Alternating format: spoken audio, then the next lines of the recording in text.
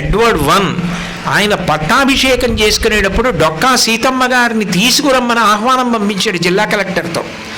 ఆవిడ నేను రానంటే కనీసం ఆవిడ చిత్తరువు పంపించమని దాన్ని పక్కన ఆసనం మీద కూర్చోబెట్టి పట్టాభిషేకం చేసుకున్నాడు ఆవిడికి పువ్వులు వేసి. దయ అంత గొప్పది. వైశాఖ శుక్ల నవమి నాడు సాయంకాలం పశ్చిమం నుంచి తూర్పుగా ఆవిడ శరీరం వదిలిపెట్టినప్పుడు ఆవిడ బ్రహ్మస్థానంలోంచి పైకి లేచి ఒక వెలుగు తూర్పు దిక్కుగా వెళ్ళిపోతుంటే, ఆ రోజుల్లో ఇప్పుడున్నంత సాంకేతిక పరిజ్ఞానం లేదు. అమలాపురం దగ్గర ఇందుపల్లి గ్రామంలో వేద పండితులు పెరట్లో కూర్చొని మాట్లాడుకుంటూ ఆ జ్యోతిని చూసి ఎవరో మహాత్ముల శరీరం విడిచిపెట్టారు, ఆత్మజ్యోతి వెళ్ళిపోతోందన్నారు. మరునాడు దినపత్రికలో చూస్తే డొక్కా సీతమ్మ గారి శరీరం వదిలిపెట్టారు. దయ కలిగినటువంటి వాడు భగవంతుని యొక్క లక్షణమునే పొందాడు కాబట్టి భగవంతుని యందే ఐక్యమవుతాడు. రతిదేవోపాఖ్యానం భాగవతంలో అదే.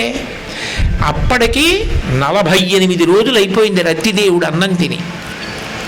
కొద్దిగా అన్నం లభించింది, తిందామనుకుంటున్నాడు.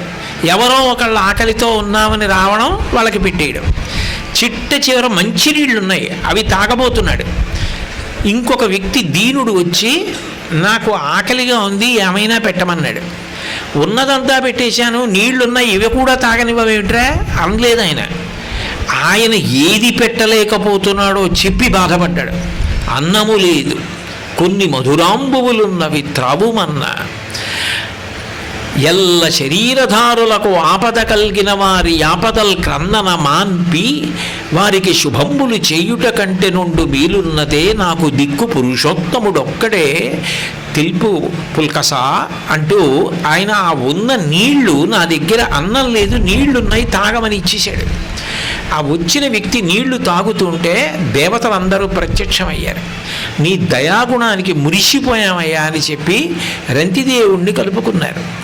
అంటే దయ కలిగినటువంటి మనిషి ఎవరో వాణ్ణి చూసి భగవంతుడు అంత పొంగిపోతాడు. మనిషికి ఉండి తీరవలసినటువంటి గొప్ప గుణం ఏది అంటే దయాగుణం. అది భగవంతుని యొక్క మొట్టమొదటి గుణం.